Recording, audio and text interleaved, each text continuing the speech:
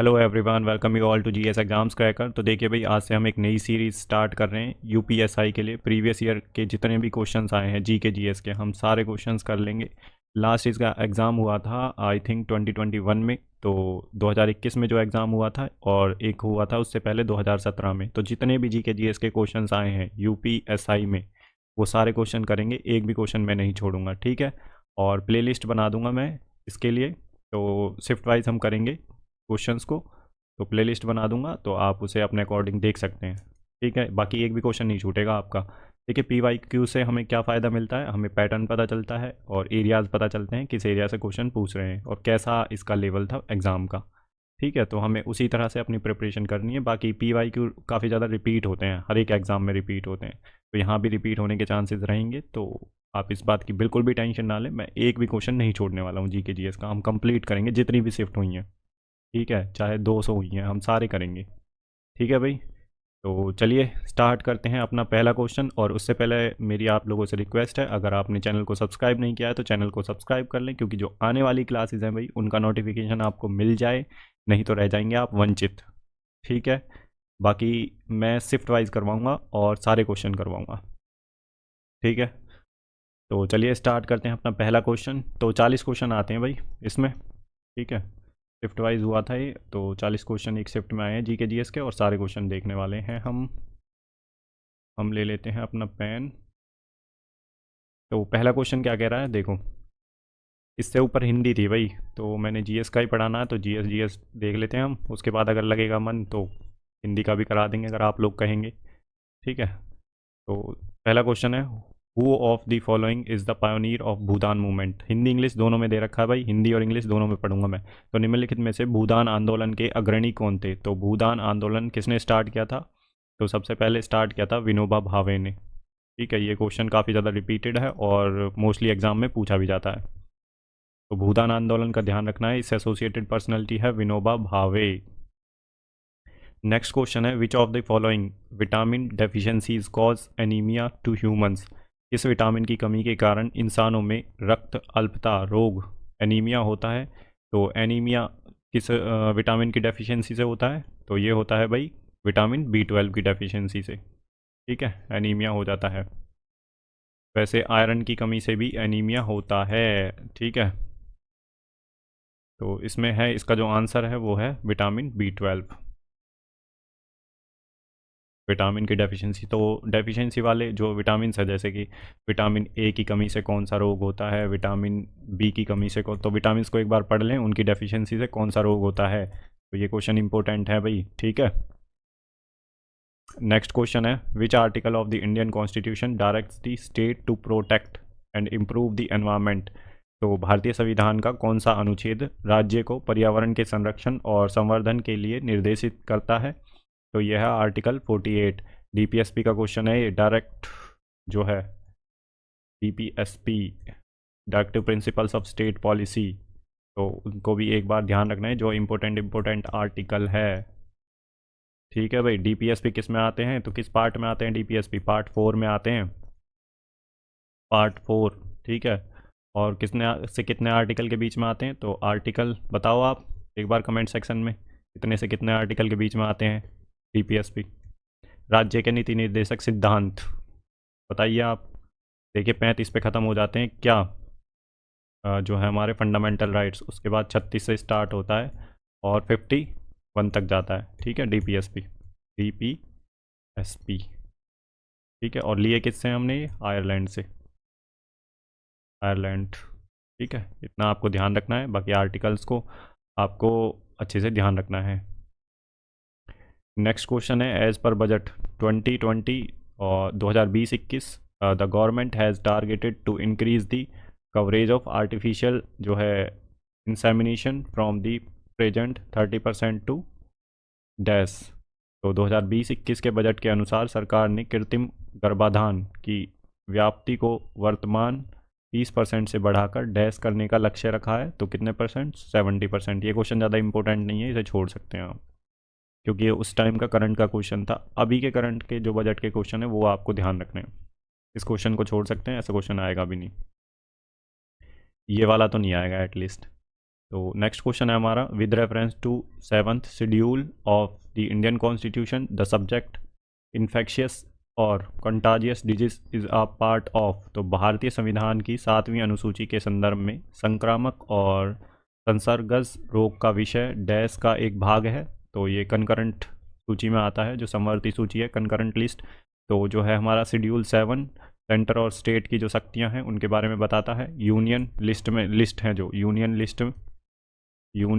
List में कितने subject हैं, स्टेट लिस्ट में और कंकरेंट लिस्ट, जिस पे देखो जो यूनियन लिस्ट है उस पे यूनियन लॉ बना सकता है जो सेंटर गवर्नमेंट है। स्टेट लिस्ट पे स्टेट लिस्ट पे स्टेट लॉ बना सकता है, और कंकरेंट पे स्टेट और जो है पार्लियामेंट दोनों लॉ बना सकते हैं, सेंटर और स्टेट, ठीक है। बट अगर कॉन्फ्लिक्ट हो रहा है, कंकरेंट जो लिस्ट होती है समवर्ती सूची, इसमें अगर जो है कॉन्फ्लिक्ट हो रहा है, कॉन्फ्लिक्ट ऑफ इंटरेस्ट हो रहा है, अगर स्टेट ने भी लॉ बना दिया और पार्लियामेंट ने भी लॉ बना दिया, और कॉन्फ्लिक्ट हो रहा है इसमें, तो जो पार्लियामेंट ने लॉ बनाया है, ठीक है, वो ही रहेगा, बाकी स्टेट वाला नहीं रहेगा। तो यहाँ पे जो 7th शेड्यूल है वो जो है यूनियन लिस्ट, स्टेट लिस्ट और जो है कंकरेंट लिस्ट से संबंध रखता है। बाकी जो सब्जेक्ट है इन्फेक्शियस और कंटाजियस डिजीज़ वो किस पार्ट में आते हैं, तो कंकरेंट लिस्ट में आते हैं, ठीक है भाई। नेक्स्ट क्वेश्चन है हमारा, which of the following part of Indian constitution deals with the union public service commission. तो भारतीय संविधान के निम्नलिखित में से किस भाग में संघ लोक सेवा आयोग से संबंधित प्रावधान है। तो ये है भाई पार्ट 14 में। 14 पार्ट जो है यूनियन पब्लिक सर्विस कमीशन से डील करता है, ठीक है। तो देखिए पॉलिटी के क्वेश्चंस काफ़ी ज़्यादा पूछे जाते हैं, क्योंकि आपका एसआई का एग्ज़ाम है सब इंस्पेक्टर का, तो पॉलिटी आपसे पूछी ही जाएगी, ठीक है भाई। तो पार्ट 2 में क्या है, सिटीजनशिप।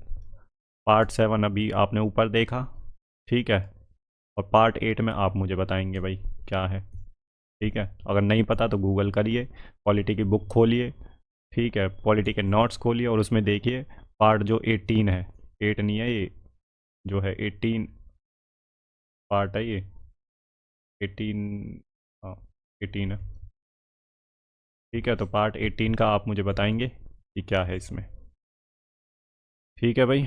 बाकी 7th में कंकरेंट और इसमें सिटीजनशिप है, ये मैंने आपको बता ही दिया, यूनियन पब्लिक सर्विस कमीशन। तो इसका आप मुझे कमेंट सेक्शन में ज़रूर बताएंगे, ठीक है। पार्ट्स आप याद रख लें, पूरे 22 के 22 पार्ट, ठीक है। नेक्स्ट क्वेश्चन है, the income tax is a. तो इनकम टैक्स कैसा टैक्स है भाई, आयकर एक टैक्स है, आयकर एक डैश है। तो ये डायरेक्ट टैक्स की जो है श्रेणी में आता है जो इनकम टैक्स है। इजी क्वेश्चन है काफ़ी। और नेक्स्ट क्वेश्चन है, nibble consist of how many bits. तो एक निबल में कितने बिट्स होते हैं, तो ये 8 बिट जो है 4 बिट्स होते हैं भाई इसमें, एक निबल में 1 nibble is equal to 4 bits. तो ये ध्यान रखना, ये काफ़ी ज़्यादा रिपीटेड क्वेश्चन है भाई ये वाला, ठीक है। नेक्स्ट क्वेश्चन है हमारा जो है, the prime minister of India is appointed by. तो भारत के प्रधानमंत्री को किसके द्वारा नियुक्त किया जाता है, तो प्रेसिडेंट ऑफ इंडिया के द्वारा नियुक्त किया जाता है। तो option first is the right answer. Next question है, तो देखिए इसमें अपॉइंटमेंट से रिलेटेड क्वेश्चंस आ रहे हैं। तो प्रधानमंत्री के अपॉइंटमेंट, प्रेसिडेंट और CJI chief justice of India होते हैं, उनके अपॉइंटमेंट कौन करता है, क्योंकि अभी नए सीजेआई बने हैं। तो आपको ये भी कमेंट सेक्शन में बताना है कि सीजेआई की अपॉइंटमेंट कौन करता है, ठीक है। तो ये बताइए आप कमेंट सेक्शन में, ये चीज़ें आपको पता होनी चाहिए, क्योंकि आपका एग्ज़ाम ऐसा है, इसमें पॉलिटी के क्वेश्चंस आएंगे ही आएंगे।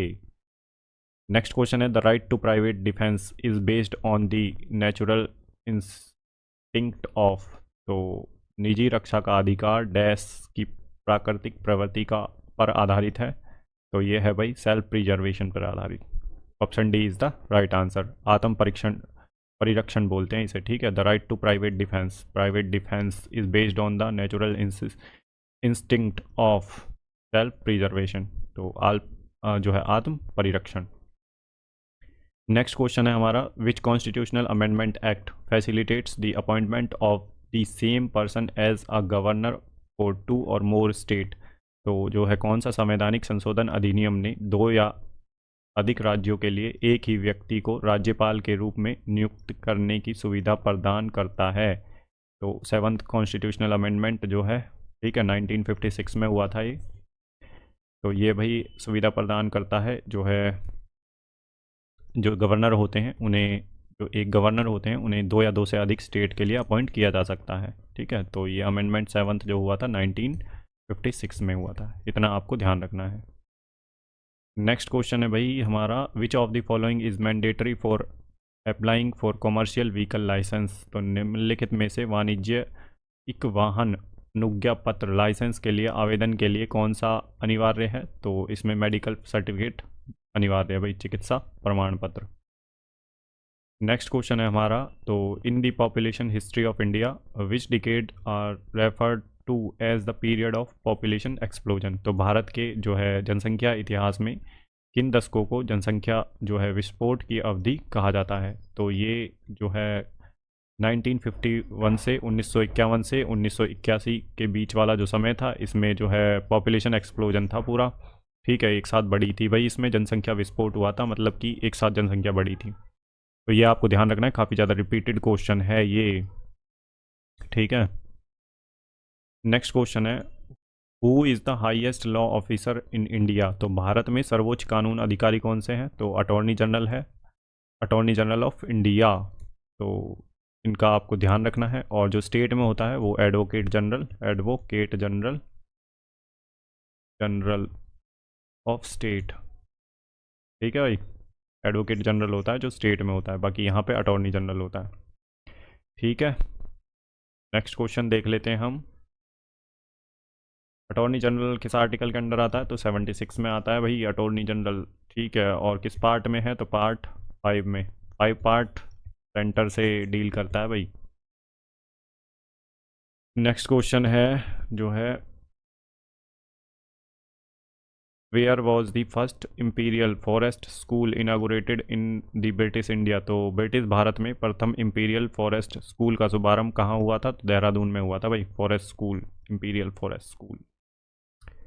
नेक्स्ट क्वेश्चन है हमारा, in which of the following years Uttar Pradesh right to free and compulsory education rules was implemented. तो निम्नलिखित में से किस वर्ष में उत्तर प्रदेश निःशुल्क और अनिवार्य शिक्षा के अधिकार नियम को लागू किया गया था। तो ये 2011 में किया गया था भाई। नेक्स्ट क्वेश्चन है, in which year the 73rd constitutional amendment act was enacted by the parliament of India. तो 73वें जो संवैधानिक संशोधन अधिनियम को भारत की संसद द्वारा किस वर्ष में अधिनियमित किया गया था। तो 1992 में। तो 73rd और 74th, देखिए ये पंचायती राज इंस्टीट्यूशन से हैं। ठीक है, कॉन्स्टिट्यूशनल स्टेटस दिया गया था पीआरआई को, पीआरआई मतलब पंचायती राज इंस्टीट्यूशंस को और म्यूनसिपैलिटीज़ को। ठीक है, 73rd और 74th इंपॉर्टेंट हैं ये। ठीक है, नेक्स्ट क्वेश्चन है हमारा, क्या है, which Mughal emperor was associated with Thomas Roe with the issue of an imperial फरमान। तो शाही फरमान के मुद्दे पर कौन से मुगल सम्राट का संबंध थॉमस रो से था। तो जहांगीर का था भाई। इन्होंने जो जहांगीर ने थॉमस रो को एक इम्पीरियल फरमान इशू किया था। नेक्स्ट क्वेश्चन है, consider the following assertion, A all human rights are universal और indivisible and interdependent and interrelated. Reasoning क्या है इसकी, the world conference on human rights in 1993 asserted the same. तो अभिकथन इसका ए है, सभी मानव अधिकार सार्वभौमिक, अविभाज्य और अन्योन्याश्रित और परस्पर संबंधित हैं। तर्क है इसका 1993 में मानव अधिकार पर विश्व सम्मेलन ने इसी पर जोर दिया था। तो दोनों करेक्ट हैं भाई, आर करेक्ट एक्सप्लेनेशन है ए का। तो इसको कैसे करते हैं भाई, देखा आप ऐसे लगाओगे, सभी मानव अधिकार सार्वभौमिक, अविभाज्य और अन्योन्याश्रित और परस्पर संबंधित हैं, क्योंकि क्योंकि क्योंकि लगा कर देखें आप, तब पता चलेगा, क्योंकि 1993 में मानवाधिकारों पर विश्व सम्मेलन ने इसी पर जोर दिया था। तो क्योंकि से हमें सही का आभास हो रहा है, दोनों स्टेटमेंट हमें मिली जुली सी लग रही हैं, आपस में एक दूसरे से संबंध लग रहा है, तो इसलिए आर करेक्ट एक्सप्लेनेशन है ए का। तो ऐसे हम निकालते हैं, बिकॉज लगा के देख लें स्टेटमेंट के बीच में, तो आपको पता चल जाएगा ये स्टेटमेंट इससे रिलेटेड है या नहीं है। नेक्स्ट क्वेश्चन है हमारा, to constitute an offence of dowry death, the death of women should be caused by any burns और बॉडीली इंजर्ड और occurs otherwise than under normal circumstances within dash. तो दहेज हत्या का अपराध बनाने के लिए महिला की मृत्यु डैश के भीतर किसी भी जलन या शारीरिक चोट या सामान्य परिस्थितियों के बजाय अन्य किसी कारण से होनी चाहिए। तो 7 ईयर ऑफ मैरिज, तो इसका जो आंसर है, ठीक है। नेक्स्ट क्वेश्चन है, पब्लिक लाइबिलिटी जो है insurance act was enacted in the year. तो सार्वजनिक जो है दायित्व बीमा अधिनियम वर्ष डैश में लागू किया गया, तो 1991 में आया था ये public liability insurance act. Next question है, what do the microorganisms such as rhizobium and certain blue green algae helps in the fixation of। तो ये नाइट्रोजन फिक्सेशन में काम आते हैं भाई, ये दोनों बैक्टीरियाज, ब्लू ग्रीन एल्गी और राइजोबेरियम। तो राइजोबियम और कुछ नील हरित शैवाल जैसे सूक्ष्मजीव किसके स्थलीकरण में मदद करते हैं, तो ये नाइट्रोजन फिक्सेशन में मदद करते हैं, ठीक है। डायरेक्ट तो ले नहीं सकते भाई, पौधे जो होते हैं देखो, जो प्लांट्स होते हैं ना, वो डायरेक्ट नाइट्रोजन नहीं ले सकते, ठीक है। उस नाइट्रोजन को पहले कन्वर्ट करते हैं, कन्वर्ट होता है फिर नाइट्रेट की फॉर्म में, नाइट्रेट और नाइट्राइट की फॉर्म में, फिर उसे ही लेते हैं पेड़ पौधे जो होते हैं। तो इनका काम क्या है, तो ये जो है नाइट्रोजन फिक्सेशन में काम आते हैं ये बैक्टीरियाज, और ये blue green algae. Next question है हमारा, which of the following is true regarding implementation of e governance under the information technology act. तो a person has a right to insist on e governance. Second है, the government has discretion in opting for e governance. Third है, no one has the right to insist e governance. तो सूचना प्रौद्योगिकी अधिनियम के तहत e governance के कार्यान्वयन के बारे में निम्नलिखित में से कौन सा कथन सत्य है। तो पहला देखना है, एक व्यक्ति को ई गवर्नेंस पर जोर देने का अधिकार प्राप्त है।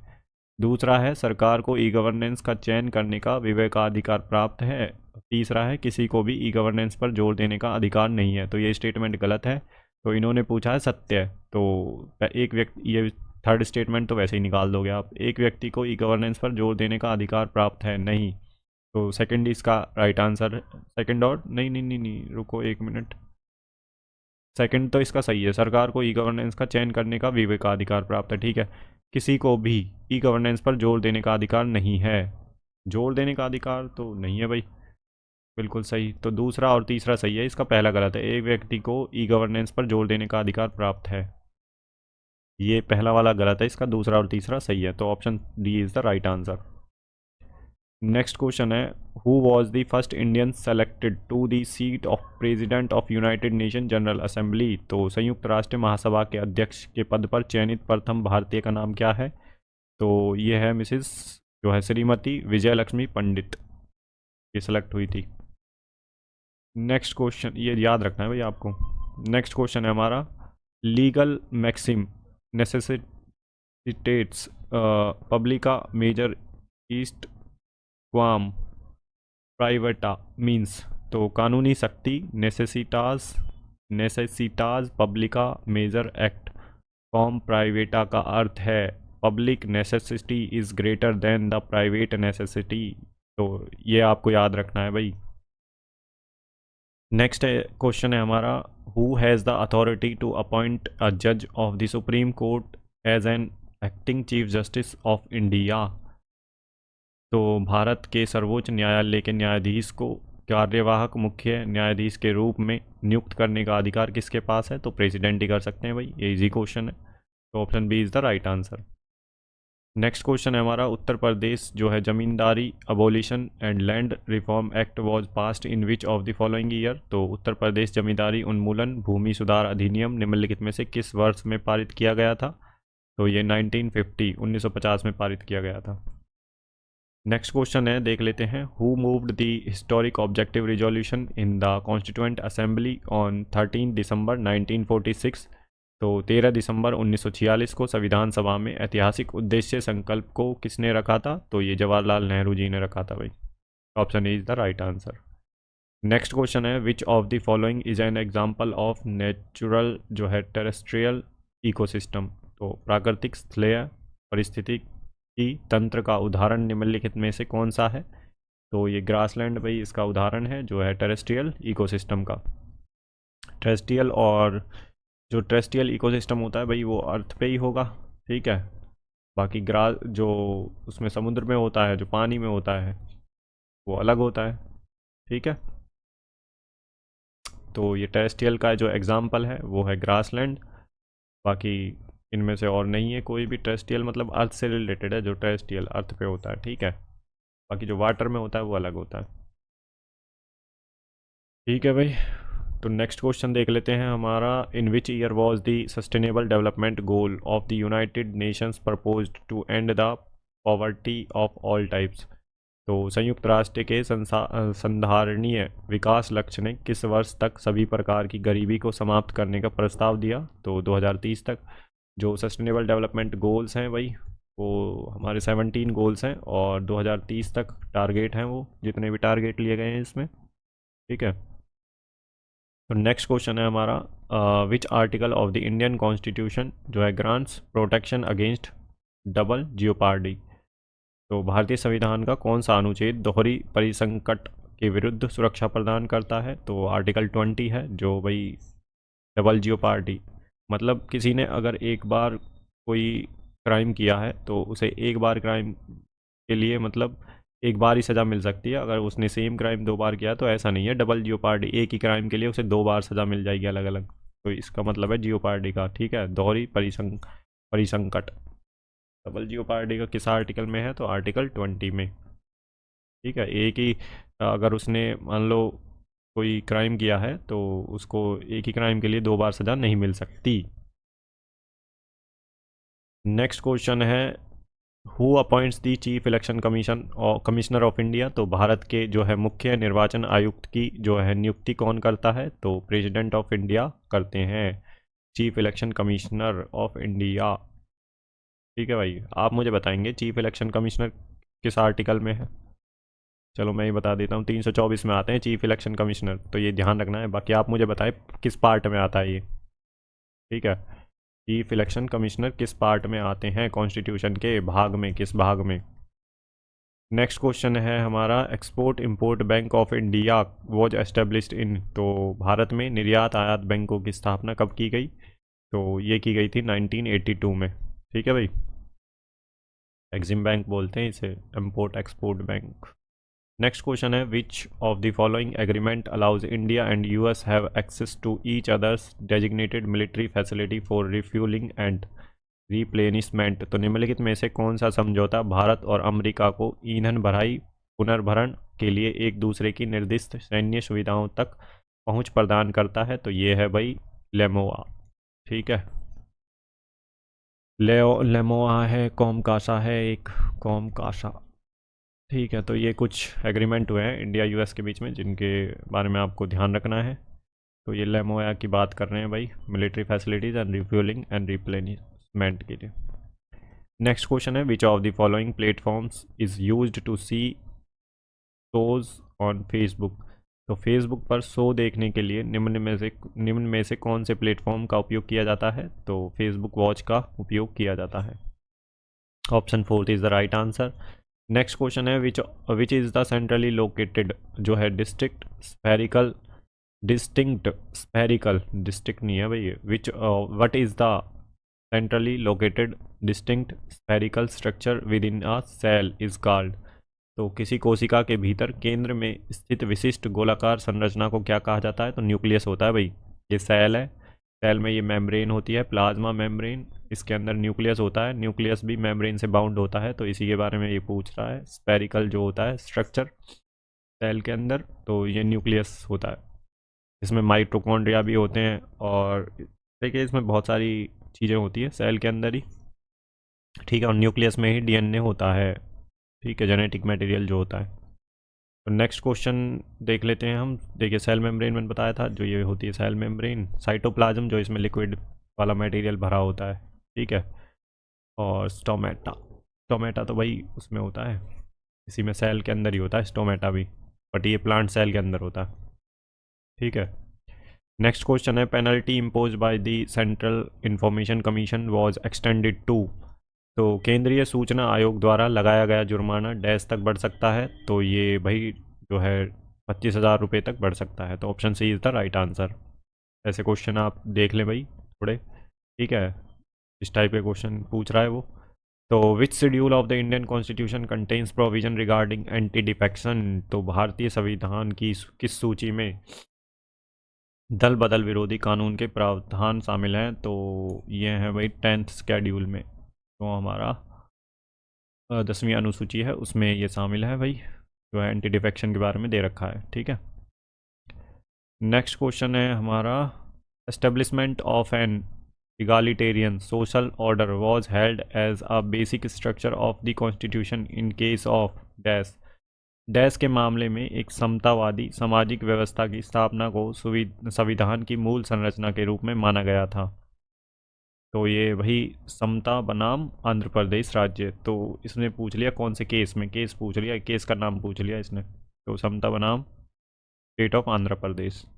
नेक्स्ट क्वेश्चन है हमारा, Provision of the National Security Act 1980 was upheld by 5 judges bench of the Supreme Court in case of dash. तो राष्ट्रीय सुरक्षा अधिनियम 1980 के प्रावधानों को डैश के मामले में सर्वोच्च न्यायालय की 5 न्यायाधीशों की पीठ ने बरकरार रखा था।